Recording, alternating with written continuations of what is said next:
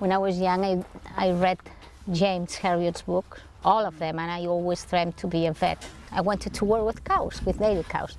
So I found a job and I, started working as a vet with dairy cows. And one day, a British man who was living here, named Simon Templar, not the saint, but Simon Templar, and he used to collect all the stray dogs. And my boss said, oh, Olga can go, she speaks English, and he, as a real expat, offered me a tea.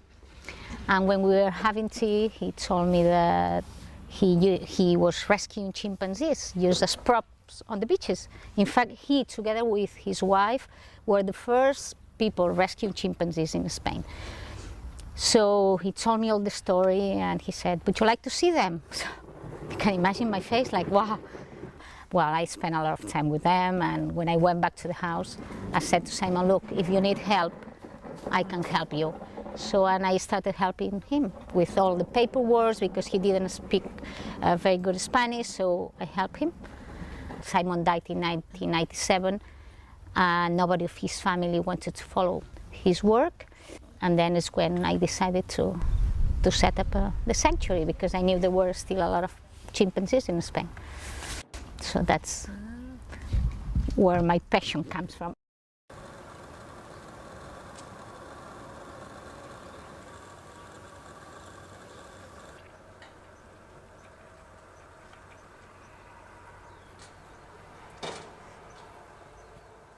One of the problems of setting up a sanctuary, it's not the sanctuary itself, it's the running costs, because it's very difficult to get money for the running costs, because nobody will pay that. To maintain a chimp for a year could cost around 6,500 euros. This is for 50 years. Now we have 14 chimps and 4 macaques. Why we have macaques? Well, we love them, but they are very difficult to keep in captivity. At least it's very difficult to make groups. But they are giving a lot of problems to customs in Spain, because a lot of macaques come every year through Gibraltar.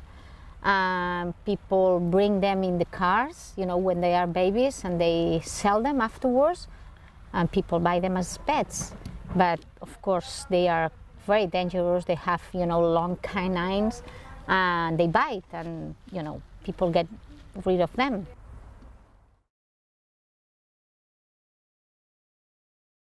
Many people call us and say, can I bring something for the chimps? So of course we ask them dry foods or rice, or sometimes like treats as well, but empty yogurts or empty boxes as well, because they enjoy it. We can fill them up with things and they keep occupied for a while.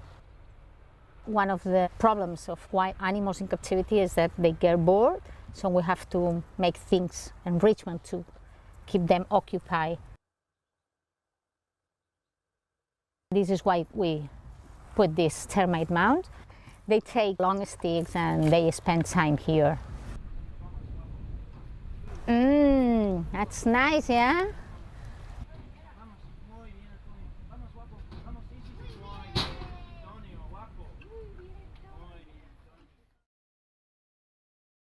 Maybe we will be very lucky to film at an association with the last chimps we rescued, with Coco, Bea and Tom. And we are introducing Nico.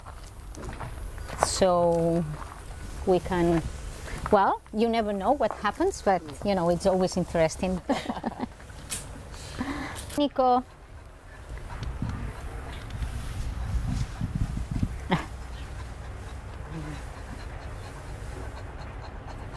Y mira, look at Coco.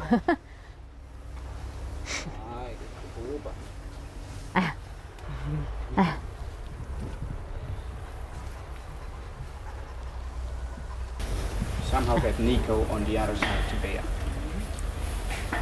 so that those two can be together, and we have Coco on the other side. I mean, the paper of the keepers is very, very important, because they help to the chimps to approach. And now, because it seems that it's working very well, they are quite relaxed, we make a gap We call a gap, and we open the door only a little bit to see their reaction. Any reaction.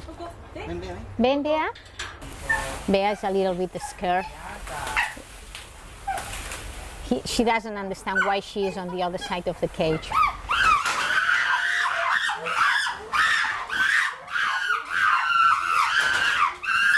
At least they didn't bite each other, which is good.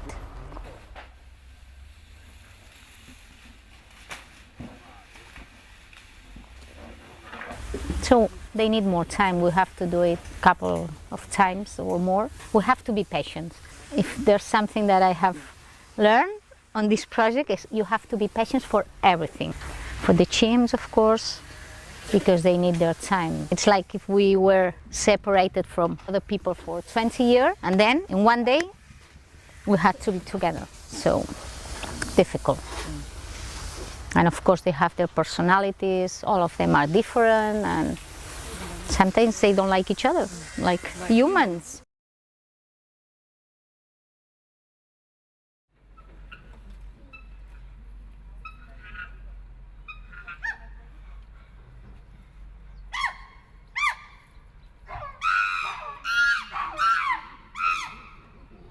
Nico has been with us since 2002.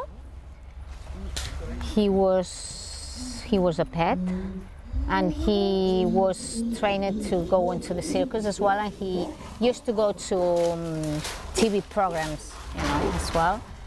When he arrived here, he started biting himself, and well, he started, you know, removing all the muscle, the fingers and everything, and it took us 2 years to find out what was the real reason. He had a congenital disease called Chiari malformation. He went into an operation, and since then he's doing very well. I mean, of course he doesn't have 4 fingers in one hand, but he's doing very well. And now he's having good relations with the group where he is. In fact, he is showing he can dominate the rest of the group.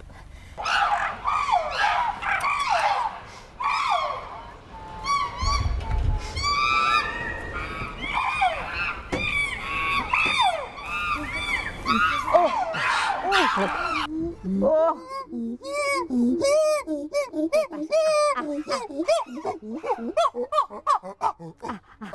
Vamos, vamos, vamos. One of the main questions that people make when they come as a visit is, are they going to go back to the wild? Why not?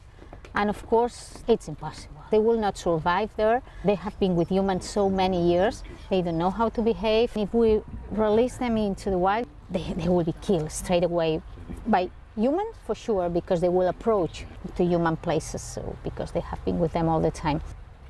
One of the main reasons is because there are no places. So for the long-term future of Mona, that would be 60, 70 years ahead, because these animals have a very long lifespan. So in the future, it will be to close down. At Mona, we are a non-profit organization, and our aims firstly are to rescue and rehabilitate chimpanzees, but around the center we do plenty of other activities to raise awareness, research as well, and all together allows us to find some money to run all this place. What is going to happen when I'm not here, you know?